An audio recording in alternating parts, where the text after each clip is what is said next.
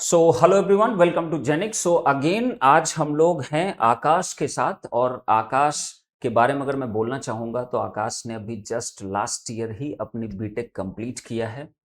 और देखते देखते इनके मन में भी इच्छा थी गेट में कुछ अच्छा करने के लिए, और उन्होंने उस कोशिश को इम्प्लीमेंट किया, अच्छे से प्रिपेयर किया, अपना पूरा हार्ड वर्क दिया। और जितनी पॉसिबिलिटी क्रिएट हो सकती थी, जितनी तरीकों से चीज़ें हासिल की जा सकती, वो सारी चीज़ें उन्होंने ट्राई किया। और आज जाके ऑल इंडिया रैंक 98 इन इंस्ट्रूमेंटेशन ब्रांच में उन्होंने अचीव किया है। And that is a great achievement. इसलिए कि आपकी जो फाइट हमेशा होती है, गेट जब भी एग्जामिनेशन आप देने जाते हो तो आप ये कभी मत समझा करो आपकी फाइट सारे स्टूडेंट से होती है, कभी नहीं होती है। आपकी फाइट हमेशा बहुत ही चुनिंदा स्टूडेंट के साथ होती है।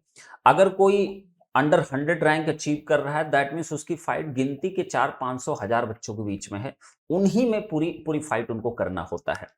और पेपर इस बार आपने देखा था, इलेक्ट्रिकल का काफी आसान आया था, इंस्ट्रूमेंटेशन का आप देखे थे कि मतलब ठीक ठाक पेपर आया था, ईसी का काफी टफ पेपर आया था। तो अकॉर्डिंग टू द पेपर आप देख रहे होगे स्कोर पे भी इंपैक्ट पड़ा। इस साल स्कोर भी उतना अच्छा नहीं बन रहा है, इवन तो अच्छी रैंक पे भी स्कोर नहीं बन रहा है उतना ज्यादा, क्योंकि पेपर का लेवल ही कुछ इस तरीके डिफाइन किया गया था। नंबर ऑफ कैंडिडेट भी उसी तरीके से डिसाइड किए जाते हैं। तो स्कोर जो होता है गेट का, उसमें बहुत सारे फैक्टर्स होते हैं, आपके कितने ईयर्स हो चुके हैं, कितने नंबर ऑफ कैंडिडेट्स अपीयर किए हैं, कितने कैसा पेपर था, कितना टॉपर का मार्क्स रहा, कितना एवरेज मार्किंग रही उसकी। तो बहुत कुछ डिसाइड करता है। एक स्कोर को डिजाइन करने के लिए बड़ा लंबा चौड़ा उसका फॉर्मूला होता है स्कोर कैलकुलेट करने के लिए। तो आकाश ने अपने परिवार में रह के बीटेक करते हुए भी एक अटेम्प्ट इन्होंने लिया था, बट उतना सीरियस नहीं थे उस वक्त, तो उन्होंने जस्ट एक ट्राई दिया था पहली बार। उसके बाद फिर उन्होंने एक साल अपने आप को पूरा डेडिकेट किया इस पर्टिकुलर एग्जामिनेशन के लिए। और आज जब भी कोई स्टूडेंट अंडर 100 रैंक लाता है तो उसको थोड़ा सा उसकी फीलिंग ना थोड़ी डिफरेंट हो जाती है। डिफरेंट इसलिए हो जाती है कि वो अचीवमेंट बहुत ही चुनिंदा लोगों के पास होता है ना। आप सोचो अंडर 100 मतलब 100 ही बच्चे हैं, तो वो बहुत इंपॉर्टेंट हो जाता है। तो सबसे पहले मैं आकाश को कॉन्ग्रेचुलेट करना चाहूंगा कि Akash, congratulations for this your achievement. Thank you sir. और मैं उम्मीद करता हूं कि आगे भी आपके जो सपने होंगे वो आप पूरा कर सकेंगे और अपनी फैमिली को भी प्राउड फील कराएंगे।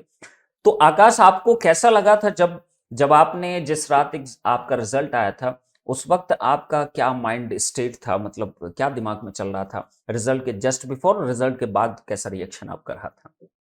अ, सर फर्स्ट ऑफ ऑल मैंने 2 पेपर दिए थे, जो कि first one was electrical engineering. Hmm. और इलेक्ट्रिकल में मैंने देखा 710 रैंक आई थी मेरी। ओके।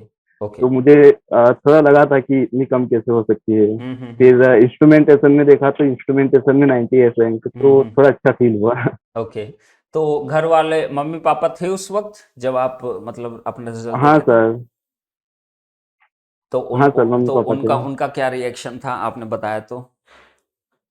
सर मम्मी पापा का तो कुछ मतलब आइडिया नहीं था कि क्या होता है रैंक, और मतलब एआईआर रैंक क्या होता है। तो फिर बताया उन्हें कि मतलब टॉप 100 में आया हूँ। ओके। तो बोले कि आया। अच्छा लगा। एक्चुअली इसलिए, ऐसा इसलिए है कि क्योंकि देखिए, क्योंकि मेरा जो फैमिली बैकग्राउंड है और जो आपका फैमिली बैकग्राउंड है, दोनों मैच करता है। हम दोनों ही गांव से बिलोंग करते हैं और हमारे माँ बाप भी गांव में ही रहते हैं, आपके भी माँ बाप गांव में रहते हैं। तो उनके लिए सबसे बड़ी बात होती है कि आप बस, जैसे मेरी अम्मा है, जब भी हम लोग 12th करते थे मेरी अम्मा भी कहती थी, हाँ बेटा पास हो गए क्या? तो हम कहते थे हाँ पास हो गए। उनको कोई फर्क नहीं पड़ता तुम कितने मार्क्स नहीं पाए, पाता था। तुम थर्ड डिवीजन आए, फर्स्ट डिवीजन आए, उनके लिए इंपॉर्टेंट होता है पास हो गए। तो आई थिंक आपके यस माँ सर। बाप के लिए सबसे बड़ा पल होगा कि आपने बताया होगा कि मेरा गेट निकल गया, टॉप 100 में आया, तो उनके लिए यही है कि मतलब हो गया, मतलब लड़का मेरा हाँ सर। बढ़िया जगह पहुंच गया। तो अपनी फैमिली के बारे पापा में कह कुछ रहे थे बताइए, कि अपनी फैमिली के बारे में बताइए कुछ। सर फैमिली पापा फार्मर है और शॉपकीपर है। Hmm. And about my mom, मम्मी सिलाई कराती है। ओके। और सिस्टर है, यंगर सिस्टर है, एल्डर ओके। सिस्टर है सॉरी, ओके। ओके। जिनकी शादी हो गई है अभी। ओके। ओके। तो यस सभी सर। परिवार आपका बहुत बड़ा नहीं है, छोटा परिवार है, यस सर, सुखी छोटा परिवार परिवार। है। ठीक है, दीदी की भी आपकी शादी हो चुकी है। तो सबके लिए बहुत ही प्राउड मोमेंट होता है जब परिवार में कोई लड़का या लड़की जो भी होते हैं जो इस तरीके कुछ अचीवमेंट करते हैं, क्योंकि वो उसी दिन के लिए आपको तैयारी करवा रहे हैं, उसी दिन के लिए उन्होंने इन्वेस्टमेंट किया, उसी दिन के लिए इतना इंतजार किया उन्होंने। तो बहुत यस अच्छा सर। मोमेंट होता है जब भी एक माँ बाप का कोई भी बच्चा जब कुछ लाइफ में करता है, तो it's a very proud moment for all of them. Okay, तो थोड़ा सा अपने एकेडमिक्स बारे में बताइए आकाश, आपकी बीटेक एंड कब आप पास आउट हुए, और उसके बाद कब एग्जैक्टली आपने सोचा कि अब मुझको प्रिपरेशन करना चाहिए, और जेनिक के साथ आपने कब अपने कोर्सेज को एनरोल किया और क्यों एनरोल किया, मतलब जेनिक पे ऐसा क्या दिखाई दिया, तो इसके बारे में थोड़ा सा बताइए। Yes sir. सर मेरा बीटेक जो स्टार्ट हुआ था वो 2017 में हुआ था। हम्म। सर उसमें तो मतलब ठीक ठाक स्टडी चल रही थी। हम्म। देन थर्ड ईयर में मुझे पता चला कि मतलब गेट एक ऑप्शन है, मतलब आईआईटी एनआईटी में जाने के लिए। हम्म। तो सर दोस्त भी एक था जो कह रहा था कि साथ में कर लेते हैं। ओके।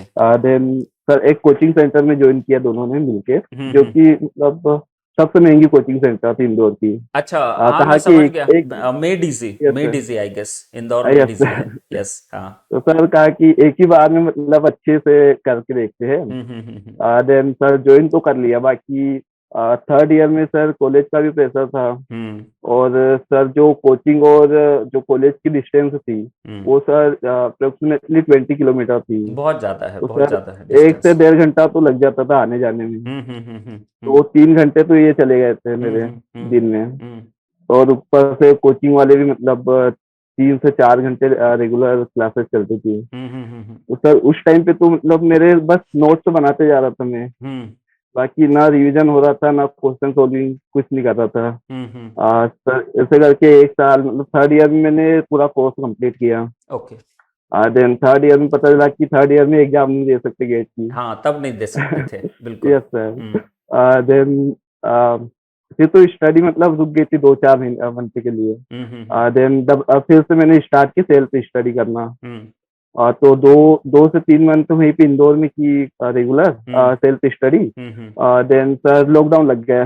हाँ, बिल्कुल। तो फिर मुझे घर घर आना पड़ा। हम्म। तो घर पे भी मतलब ठीक ठाक चल रही थी पढ़ाई अच्छी। और 21 में मैंने अटेम्प्ट दिया तो उसमें 3000 आई थी rank. 3000, okay. Yes sir. Hmm. बस एक ही पेपर में दिया था उस बार। हम्म।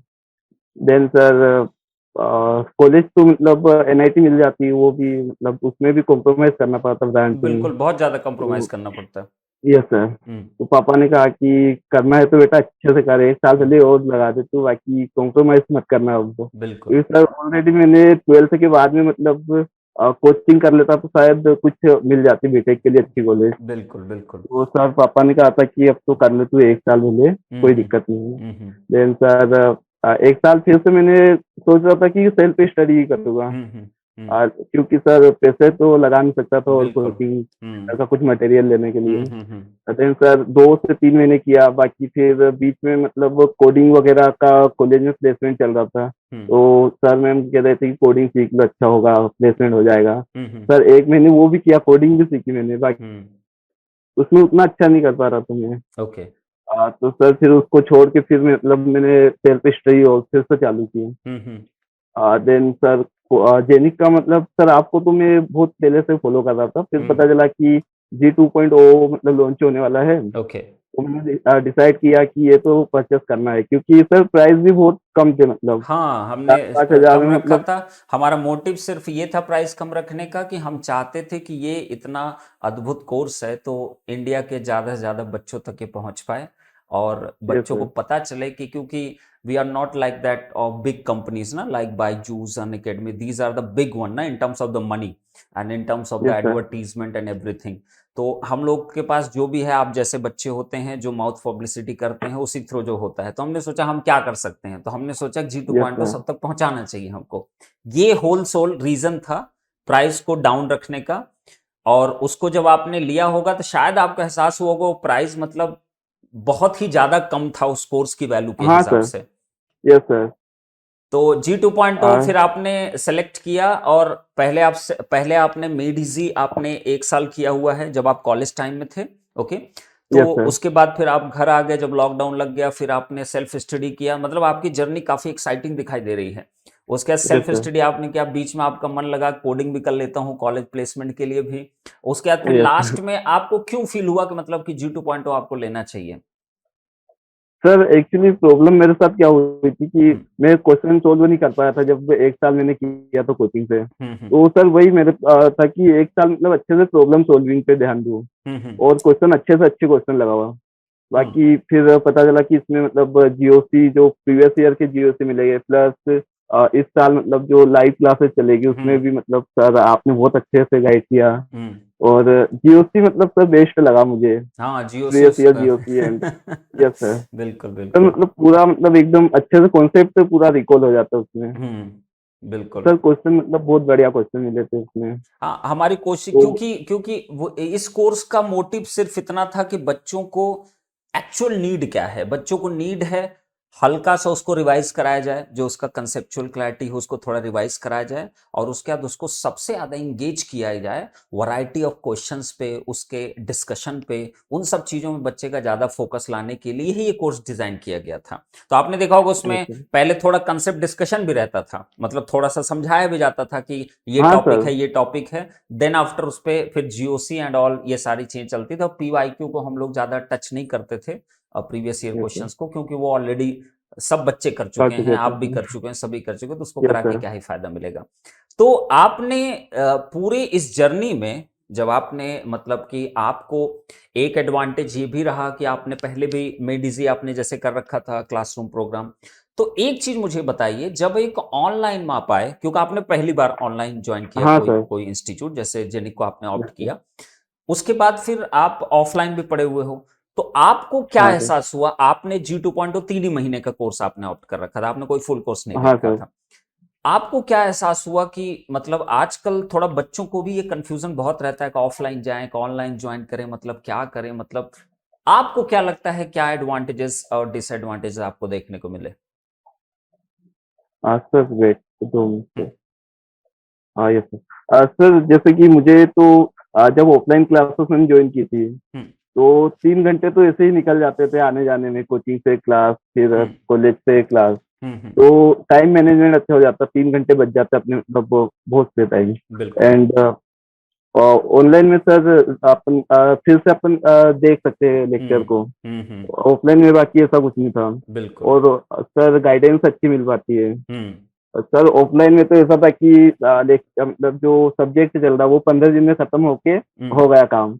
फिर साल भर अपन खुद से पढ़ो, कोई खुद से ही टीचर पढ़ो, गाइड नहीं करेगा कोई ऐसा। नहीं मिलेगा, यस ये करेक्ट यस है। सर। और यहाँ पे तो कोई सर ये कोई ये बुराई नहीं की जा रही है, मतलब सिंपल सा, सभी लोग ऑफलाइन बहुत सारे बच्चे किए होंगे, और ये पॉसिबल भी नहीं आकाश कि ऑफलाइन में एक टीचर जिससे आप पढ़े 15 दिन यस 20 दिन एक सब्जेक्ट को, और वो टीचर आपको डेली अवेलेबल रहे आपके डाउट्स के लिए या आपके प्रॉब्लम्स के लिए, या आप दोबारा उसके क्लास नोट्स को जरूर पढ़ सकते हो आप, क्योंकि आपके पास होते हैं, लेकिन आप उसको हाँ सर। समझाते हुए दोबारा आप देख ही नहीं पाओगे, कभी भी नहीं देख यस पाओगे सर। अगर कोई नहीं डाउट देखा। राइज होता है। क्योंकि ये बहुत रिस्की है ना, इसलिए कि वो टीचर को हमेशा थोड़ी बैठा कर रख सकते हैं, उसके लिए पे करना पड़ेगा ना हाँ उस सर। पर्टिकुलर टीचर को।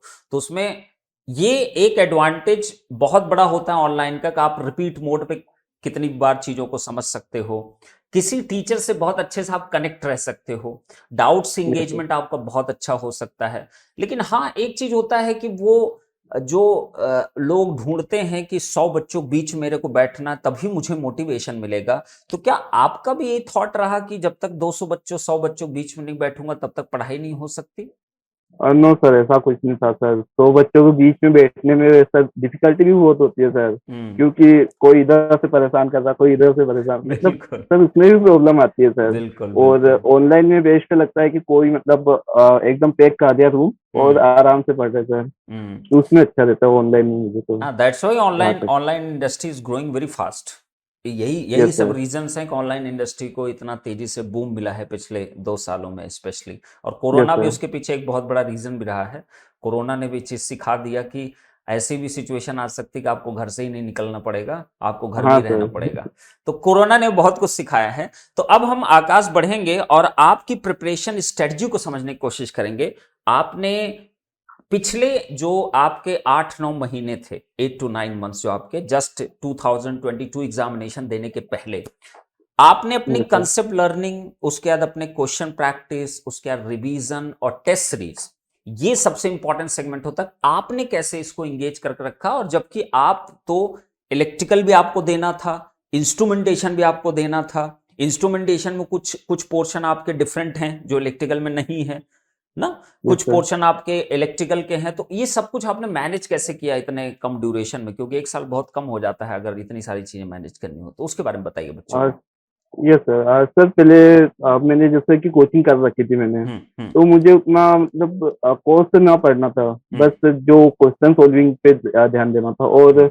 बाकी जेनिक ने जो कोर्स प्रोवाइड कर रहा था हम्म। उसमें सर आपने प्रॉपर गाइड किया, हम्म। जिससे कि सर एक तो सुबह से मतलब आपने 7 बजे से एकदम पूरा डेली रूटीन बताया था ये बिल्कुल। क्या करना है क्या नहीं। तो सर बिल्कुल। वो मतलब बेस्ट लगा मुझे, क्योंकि सर मेरा ऐसा था कि दो कभी 4 घंटे पढ़ लिया, कभी 10 घंटे पढ़ लिया, ऐसा हम्म। चल रहा था, हम्म। कंसिस्टेंसी नहीं आ रही थी। हम्म। बाकी after joining the course sir आपने पूरी तरह से गाइड किया, और उसमें सर 2 घंटे सुबह से और 2 से 3 घंटे जो हम्म। कोर्स चल रहा था, सब्जेक्ट चल रहे थे, हम्म। वो साथ में चलते किए। और फिर 2 से 3 घंटे डेली क्वेश्चन जो जीओसी वगैरह, हम्म। प्रीवियस ईयर जीओसी एंड हम्म। जो वर्कशीट होती है जिसमें क्वेश्चन शीट, क्वेश्चन रहते वो हैं। सोल्व किए। हम्म। और प्रीवियस ईयर के भी लगाए थे बहुत हम्म। सारे। और प्रीवियस ईयर जैसे मैंने टेस्ट सीरीज दी थी, उसकी पीडीएफ मैंने कर ली थी, बना ली थी। ओके। तो उसमें जो क्वेश्चन थे वो भी मतलब किए थे मैंने हम्म। रिवाइज।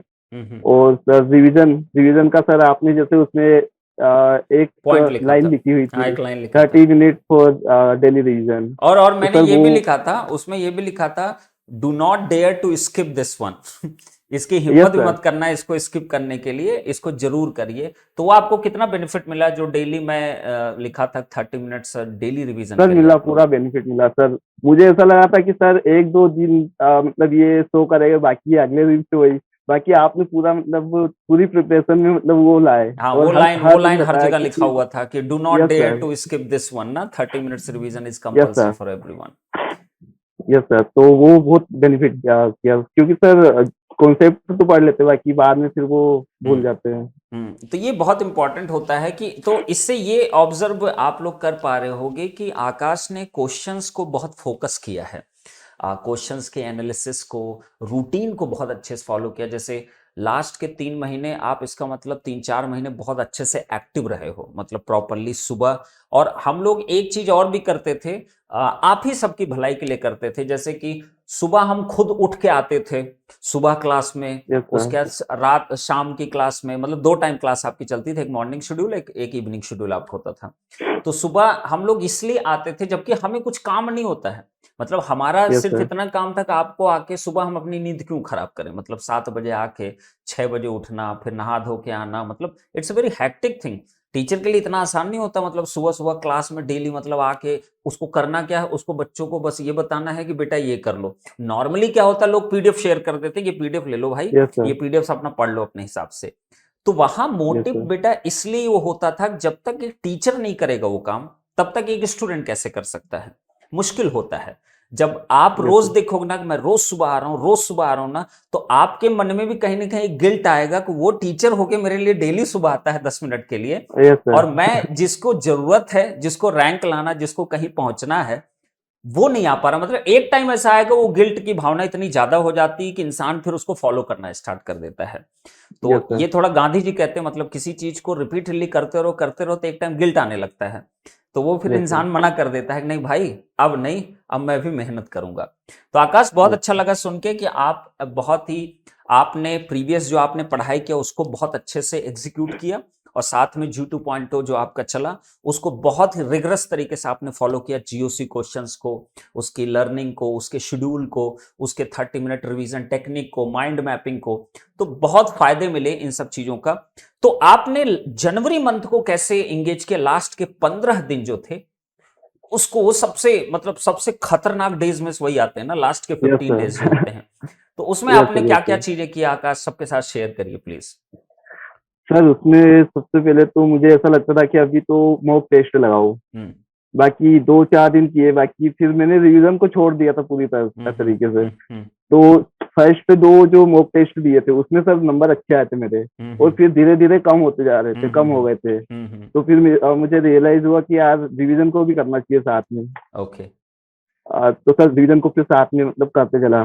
क्योंकि हम्म। सर मॉक टेस्ट देने के चक्कर में हम रिवीजन को भूल जाते हैं कि रिवीजन भी बिल्कुल करना है। बिल्कुल बिल्कुल। तो सर रिवीजन फिर डेली 1 और 2 आवर्स रिवीजन को दिए, ताकि हम्म। सब्जेक्ट क्या है, और सर जैसे क्वेश्चन जो भी क्वेश्चन हम लगाते हैं तो उससे जो फॉर्मूला है वो डिराइव करता था मैं, हम्म। ताकि वो हमेशा के लिए याद हो जाए। 2 से 3 बार हम डिराइव करते हैं सर, तो हम्म। वो डेफिनेटली याद हो जाता फाइनल में, बिल्कुल फाइनल बिल्कुल एग्जाम में। बाकी बिल्कुल। मगअप करने से सर वो भूल नहीं जाते होता हैं। नहीं होता, बिल्कुल यस नहीं होता, सर। मतलब चीजों और को सर कितने फॉर्मूले याद करेंगे सर। बहुत बहुत फार्मूला, जैसे पावर इलेक्ट्रॉनिक्स, ये सब सब्जेक्ट्स जो होते हैं ना, इतने फार्मूले होते हैं ना कि आदमी पागल हो जाएगा, मतलब उसको याद करते करते।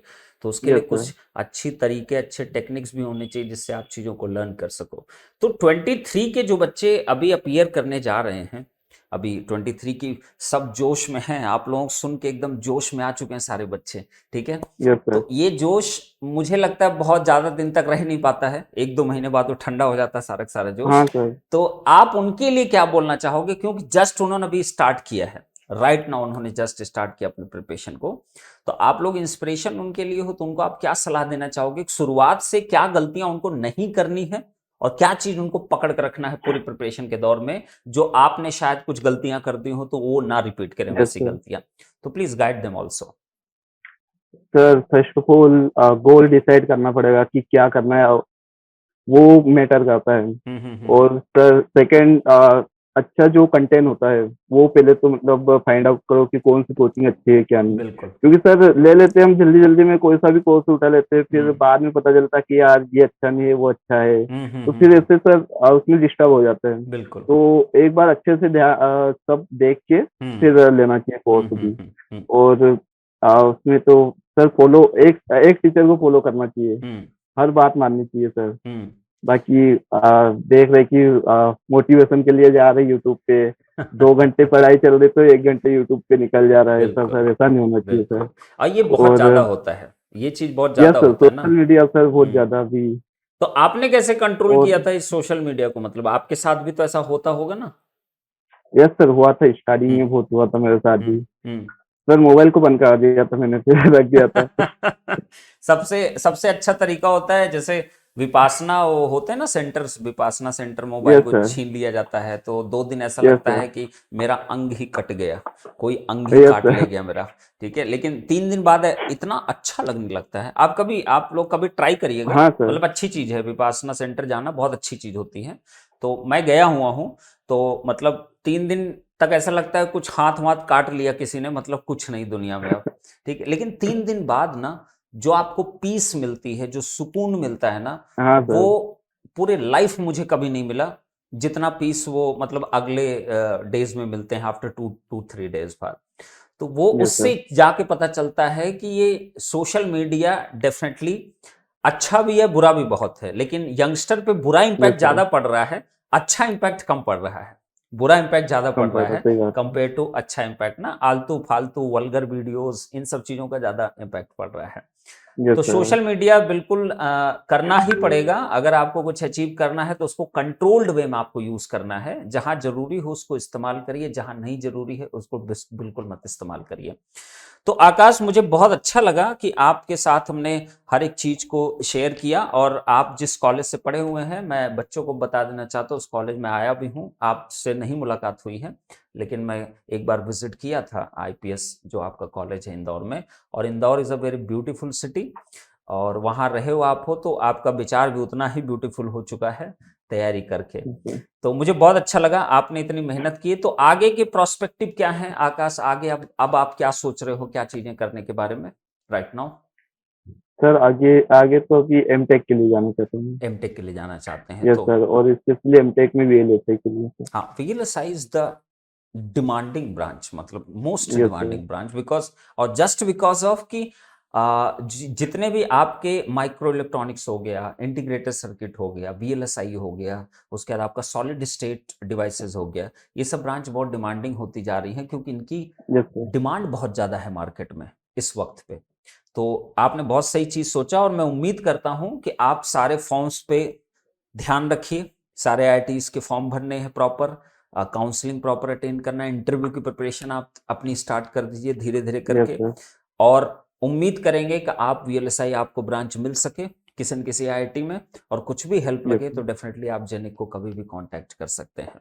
तो वंस अगेन मैं यस सर। कॉन्ग्रेचुलेशंस बोलना चाहूंगा आकाश, और बहुत बहुत धन्यवाद। बच्चों को आपने अपनी पूरी जर्नी के थ्रू आपने समझाया क्या जरूरी है। तो आकाश के इस इंटरव्यू से आप लोग जानने की कोशिश करिएगा कि क्वेश्चंस प्रैक्टिस और क्वेश्चंस की वैरायटीज और क्वेश्चंस में दिमाग लगाना, कंसेप्ट को अप्लाई करना, रिवीजन, ये सब बहुत ज्यादा इंपैक्ट डालते हैं आपके वो जो 3 घंटे होते हैं एग्जामिनेशन सेंटर में। तो कृपया करके अपने रिवीजन को, अपनी प्रैक्टिस को, अपनी एनालिसिस को, अपनी कंसेप्ट के एप्लीकेशन को इन द क्वेश्चन, इसको और बेहतर से बेहतर आप करते चले जाइए, जैसे को 3 घंटे आपके लिए मुश्किल ना बने। तो थैंक यू सो मच आकाश आपका समय देने के लिए, और आगे भी जरूरत पड़ेगी तो मैं आपको बुलाता रहूंगा। फिर भी आगे भी बच्चों को अगर कोई नीड पड़ेगी तो डेफिनेटली मैं चाहूंगा कि आप बच्चों को और भी गाइड करिएगा। Yes sir. ठीक है आकाश, तो इस सेशन को हम लोग एंड करते हैं यहीं पे। Okay sir. Okay. Sir thank you हाँ जेनिक टीम। हाँ, थैंक यू सो मच। और आप सब इतनी मेहनत किए हो वो ज्यादा इंपॉर्टेंट है। Yes sir. हम लोग की तो मतलब एक तरीके से काम है लोगों की मतलब वो करना। आप लोग जब किसी कोर्स ज्वाइन करते हो तो हमारी जिम्मेदारी बढ़ जाती है कि आप लोग को उतने अच्छे तरीके से हम लोग इंगेज करें। तो बहुत यस बहुत सर। आप लोग जो सेल्फ स्टडी करते हो बेटा, उसका बहुत बड़ा योगदान होता है। खुद पे कंट्रोल करना बहुत बड़ा योगदान होता है। तो एक कोचिंग और एक स्टूडेंट बीच में एक सिंपल सा फंडा होता है। 80% बच्चे की खुद का एफर्ट होता है जो उसको डालना है। 20% यस कोचिंग क्या सर। करती है, आपको एक कस्टमाइज कर देती है कि आप इतनी चीजें करिए, इतनी चीजें मत करिए। हाँ सर। बस कोचिंग का ये काम है कि इतनी चीजें करिए, इतना मत करिए। 80% उस बच्चे को समझना है कि ये चीज जो सर बोल रहे हैं करना है तो करना है। कई लोग दिमाग लगाते हैं, नहीं मैं इधर से पढ़ूंगा, मैं वो भी पढ़ूंगा, ये भी पढ़ूंगा, तो दिक्कतें हो जाती हैं। ठीक है यस सर। आकाश, तो इस सेशन को हम लोग क्लोज करते हैं यहीं पे, और आगे भी हम यस लोग सर। मुलाकात करते रहेंगे।